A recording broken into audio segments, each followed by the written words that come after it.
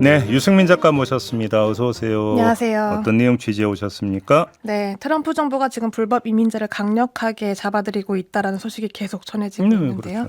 손발에 수갑을 채우고 대도시 중심으로 매일 1,500명까지 체포하는 지시가 떨어졌다고 합니다. 할당량이 떨어졌다는 보도도 있었어요. 네.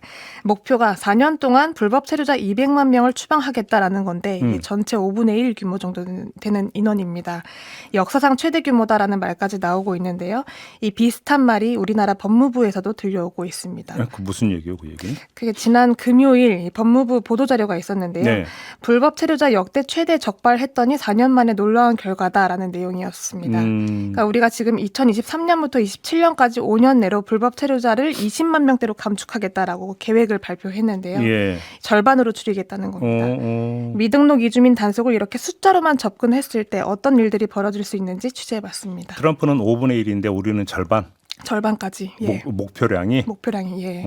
그러면 지금 미등록 이주민, 이른바 불법 체류자? 네. 얼마나 된대요, 전체 규모가? 39만 명 정도고요. 예. 2023년에 43만 명까지 올라갔다가 이제 작년에 대대적인 단속으로 4만 5천 명을 강제 퇴거 조치시키고 네. 지금 30만 명대로 떨어졌다라는 게 보도자료의 골자였습니다. 그렇다면 이 많은 사람들을 어떻게 단속할까를 살펴볼 수 있는 사례가 있는데요. 최근 경기도 건설 현장 식당에서 단속반이 들이닥쳤습니다. 네.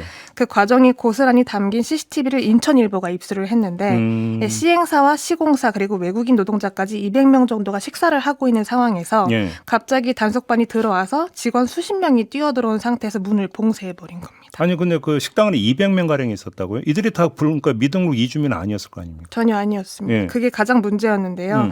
내국인, 외국인, 합법, 불법 가리지 않고 모든 사람을 가둔 상황에서 이제 시작이 된 건데 딱 가둬놓고 일단 이제 선별에 들어갔다. 네. 그 선별 기준도 굉장히 기이한데요. 예. 영상을 보면 식사 중인 외국인 한 명을 다짜고짜 일으켜 세워서 발을 걸고 넘어뜨립니다.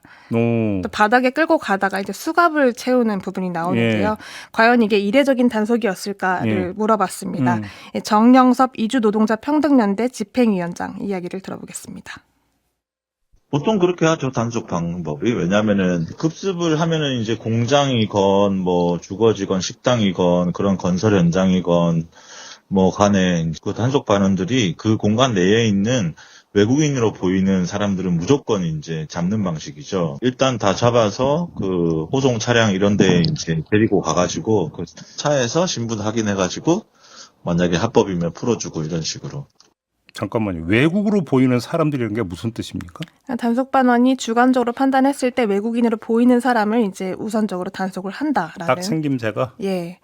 과거에 그런 사례가 또 있었거든요. 외모가 외국인처럼 생겼다는 이유로 체포가 됐던 여성이 있었습니다. 예. 백주대 낮에 갑자기 남성들이 이제 다가오면서 영어로 말을 걸고 체포를 했던 그런 사례였는데 네. 본인은 납치당하는 줄 알고 굉장히 끔찍한 공포를 느꼈을 텐데요. 신분을 확인해 보니까 내국인이었던 거죠. 당시에도 명백한 인권 침해다라는 비판이 많았는데 여전히 그 방식이 통용되고 있다는 걸 확인을 할 수 있었고요. 네. 이 당사자의 신분 확인이라던가 영업장 관계자한테 우리가 단속을 하겠다는 취지를 설명하고 그 동의를 구하는 것은 법적으로 규정되어 있지만 전혀 지켜지지 않는다라는 겁니다. 더군다나 불법 체류 중이라고 해도 가혹행위는 금지가 되어 있는데요. 다만 도주나 저항을 저지하기 위해서 강제력을 행사하는 불가피한 경우가 발생하고 있다라는 게 법무부의 지금 입장입니다. 이러면 어떻게든 그 피하고 도망가려고 하는 움직임도 더 이제 절박해질 수밖에 없잖아요. 네. 그렇기 때문에 사망사고가 일어나고 있는데요. 사망사고? 네. 지난해 9월 같은 경우에도 공단 지역 단속이 있었는데 공단이 조금 높은 지대에 있었습니다. 예. 뒤편이 옹벽이었는데요. 그 옆 공장에 단속이 들어왔다는 소식을 듣고 이 베트남 여성이 도주를 하다가 옹벽 가장자리로 도망치던 중에 이제 6m 아래로 추락해서 사망을 하는 사고가 아이고. 있었습니다. 예, 예. 또 최근 문제가 되고 있는 거는 행사장 급습인데요. 결혼식 피로 현장이라던가 뭐 교회라던가 식당 개소식 아니면 뭐 가수가 자국민을 위해서 콘서트를 하고 있는 그런 콘서트장에서도 이제 급습을 하고 있다라는 건데 그동안은 이렇게 종교 시설이라던가 축제 그리고 행사장까지는 건드리지 않았던 경향이 있었는데요. 그 이유를 한번 직접 들어보시겠습니다.